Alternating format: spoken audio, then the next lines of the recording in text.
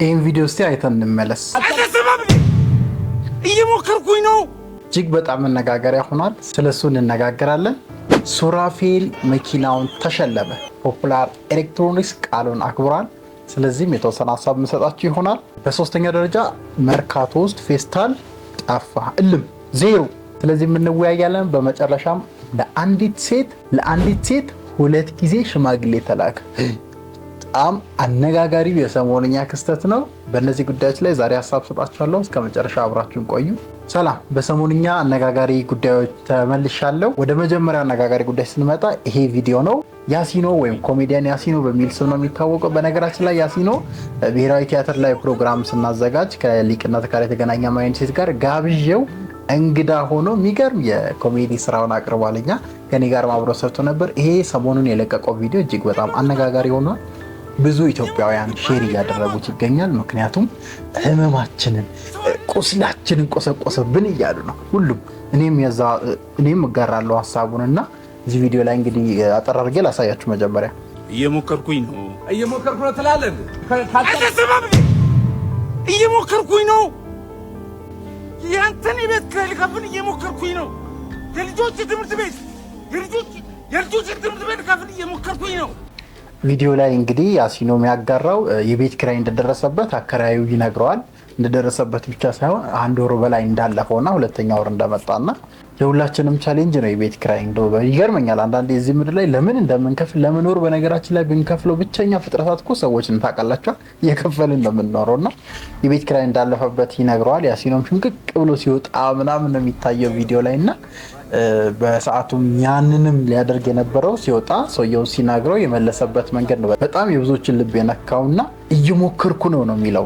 በጣም በቃ ሎጎ መሆን አለባት። እየሞከርኩ ነው፣ ህይወቴን ለማስተካከል እየሞከርኩ ነው። ከራዩ ሲጠይቀው ኮምፒውተሩን አውጥቶ የልጆችን መጫወቻ ሊሸጥ እንደሆነና ሸጦም እንኳን ሊከፍል እንደሚሞክር የቤት ኪራይ እና ብዙ ኃላፊነቶች አሉብን። ሁላችንም ጫናዎች አሉብን። የኑሮ ውድነቱ ውጣ ውረዱ። በተለይ እየሞከርን ነው፣ እየጣርን ነው፣ እየሰራን ነው። አልተኛንም፣ አልፈዘዝንም፣ ተስፋ አልቆረጥንም የሚለውን ነገር በብዙዎች ዘንድ እንዲንሰራፋና በቃ ብዙዎች ሼር ሲያደርጉት ሲቀባበሉት ነበር። እኔም በጣም ነው አይዲያው የተመቸኝ። እንዲህ አይነት አስተማሪ ነገሮችን ማህበራዊ ሚዲያ ላይ መልቀቅ ደስ ይለኛል። ከቀልድ ከፌዝ በዘለ ከዳንስ በዘለለ ከቂጥ ውዝወዛ በዘለለ የተሻለ አስተማሪ አሁን ይሄ ውስጤን ኮርኩሮ እኔን ሞቲቬት አድርጎኛል። በቃ እየሞከርኩ የጣርኩ እንደሆነ አሳይቶኛል። ሞር እንድሰራም ይጋብዘኛልና ያሲኖ በጣም ቴንኪዩ ማለት ፈልጋለሁ። በዚህ አጋጣሚ እናንተ ምን ተሰማችሁ በያሲኖ ቪዲዮ ላይ? እስቲ ኮሜንት ላይ ሀሳባችሁን አስቀምጡልኝ። ቪዲዮን አሁንም አጠር አድርጌ ላሳያችሁና እንቋጨው። እየሞከርኩኝ ነው ትላለህ። እየሞከርኩኝ ነው ያንተን ቤት ከልከፍል እየሞከርኩኝ ነው። የልጆች ትምህርት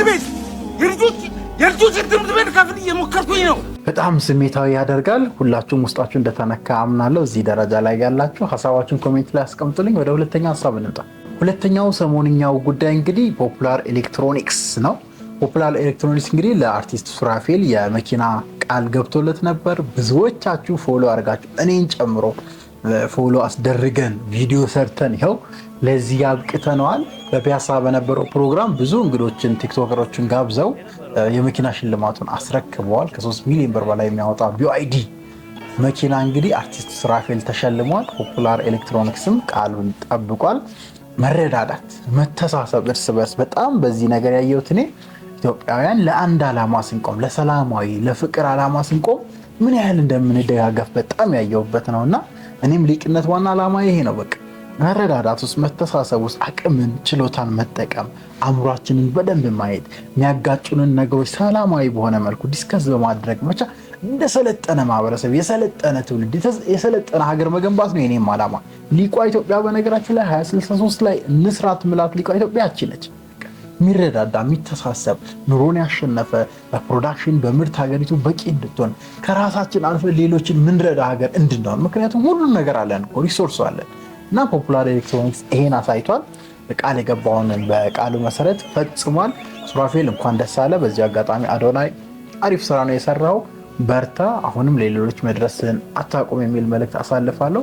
ኢንፍሉዌንሰርነቱ ያው ይታወቃል። አዶናይ ምንም መናቅ ምናምን አያስፈልግም። በቃ ኢንፍሉዌንሻል ነው፣ ጥሩ ነገር እየሰራ ነው። በርታ ልልህ እወዳለሁ። እናንተ ምን ተሰማችሁ? ቃላችሁን ትጠብቃላችሁ ወይ? እናንተ ግን እዚህ ኮሜንት ላይ ሀሳባችሁን አሳውቁኝ። ወደ ሶስተኛው ነጥብ ምጣ። ሶስተኛ ላይ የምናየው እንግዲህ ይሄን ምስል ነው። ይሄ በተለያየ የመርካቶ ገበያ ውስጥ የተነሱ ፎቶዎች ናቸው። እንደሚታወቀው ከጥር 23 ጀምሮ ፌስታል ዓይንሽን ላፈር የሚል አዋጅ ወጥቷል። ምንም አይነት የፌስታል ከረጢት ወይም ፕላስቲክ ከረጢት መጠቀም አይቻልም ተብሎ መንግስት አዋጅ አውጥቷል። ሲጠቀም የተገኘ ከ2000 ብር ጀምሮ ቅጣት። ተጠንቀቁ። ያላያችሁ ካላችሁ ያልሰማችሁ ካላችሁ ተጠንቀቁ። 2000 ብር በዚህ ጊዜ ቀላል አይደለም እና ከ2000 ብር ጀምሮ ቅጣት እንደሚኖር መንግስትም አሳውቋል። ስለዚህ ሰው ወደ ፕላስቲክ ወዳልሆኑ ከረጢቶች እየተሸጋገረ ነው። እዚህ ጋር እንደምታዩት ፎቶዎች ላይ አብዛኛው ሰው ለየት ያሉ ኡቨን ባጎችን፣ ፔፐር ባጎችን ወደ መጠቀም መጥቷል። በአንዴ ነው ይሄ ነገር በነገራችን ላይ ሀገሪቱን የቀየረውና ብዙ ሰዎች ትናንት ወዲያ እያየው ነበር ማህበራዊ ሚዲያ ላይ ዳቦ ቤት ሄደው እንዲህ ዳቦ አቅፎ እየወጡ ያሉ ሰዎች አሉ። በሆነ በማይመስል ዕቃ በእጃቸው በሳህን የሚቀበሉ ብቻ ብዙ ውዝግቦችንም ፈጥሯል። በዛው ልክ ይራዘም የሚል ሀሳብ እንዳለ ሰምቻለሁ ሶሻል ሚዲያ ላይ። አሁን ግን በጥብቅ ተፈጽሞ አብዛኛው ሰው የፌስታሉን ትቶ የፕላስቲክ ከረጢቱን ትቶ ፔፐር ባጎች ነው ባጎች ጋር እየሄደ ነው። እናንተስ የተጠቀማችሁ ነው ወይ? አሳውቁኝ። ስለዚህ እናንተም ወደ ኡቨን ባጎች፣ ይህን በነገራችን ላይ ፔፐር ባግ እኛም እናመርታለን ህትመትና ማስታወቂያ ድርጅቴ ላይ እና ማዘዝ የምትፈልጉ ሰዎች ደውሉልን። ስልኬ ይሄው። ኡቨን ባግ እና የፔፐር ባጎች የምትፈልጉ በብዛት ደውሉልን። ስለዚህ ይሄ ነው ያለው። አሁን ላይ ፌስታል ቀርቷል፣ ተጠንቀቁ እናንተም ብላችሁ ወዳለው። ወደ መጨረሻው ጉዳይ እንምጣ። የመጨረሻው ጉዳያችን ዛሬ አንድ ሴት ጋር 2 ቤተሰብ ሽምግልና ላከ። ጉድ እየተባለ ነው ሰሞኑ። በጣም ነው የሚገርመው። ምን አይነት ወርቅ ብርቅ ብትሆን ነው እችልች። እና የተፈጠረው እንደዛ ነው። አንዲት ሴት ጋር በመጀመሪያ ጠዋት አካባቢ አንድ ቤተሰብ ሽማግሌ ይልካል። ቤተሰቡ ተስማምቶ በቃ ልጃችሁን ለልጃችን ብለው ተስማምተው ምግብ እየበሉ ባለበት ሰዓት ደግሞ ከውጭ ላይ እንደተንኳኳና እንዲህ አይነት መረጃ እንደደረሳቸው ያም ሌላ ሽማግሌ የላከ ቤተሰብ እንደመጣ ይነገራቸዋል። በጣም ውዝግብ፣ በጣም ድንጋጤ ይፈጠራል። እንዴት እንደዚህ ይሆናል የሚሉ ነገሮች ሶሻል ሚዲያው ላይ እጅግ በጣም አነጋጋሪ ሆኗል። እናንተስ ምን ተሰማችሁ በዚህ ገጠመኝ? ኮሜንት ላይ ሀሳባችሁን አሳውቁኝ። ሁለቱም የሽምግልና የመጡ ቤተሰቦች አለመግባባትና ግጭት ውስጥ ሁላ ሳይኖረውላ አይቀርም አሉ። ወሬ ነው የኛው። ግን የሚገርም አጋጣሚ ነው። በአንዴ 2 ቤተሰብ ሽምግልና ተላከላት። አንዷ ግማሹ እዚህ ወንዳት ነው ይሆናል፣ ግማሹ እንዴት ላገባ ይላል። አንዷ 2-3 አስልካለች። ጉድ ነው ዘንድሮ። ለማንኛውም ምንድነው የተፈጠረው? ኮሜንት ላይ ሀሳባቸውን አስቀምጡልኝ። እንዲስ መፈጠር ነበረበት ወይ የሚለውን በኮሜንት ግለጹልኝ። ሊቃውንት ነበርኩ። ሰሞንኛ ጉዳዮች ለዛሬ ያስኳቸው እነዚህ ናቸው። በቀጣይ አስተማሪና መረጃ ሰጪ በሆኑ ሰሞንኛ ጉዳዮች እመለሳለሁ። ላይክ፣ ሼር፣ ሳብስክራይብ ማድረጋችሁ እንዳይረሳ። ቴንክ ዩ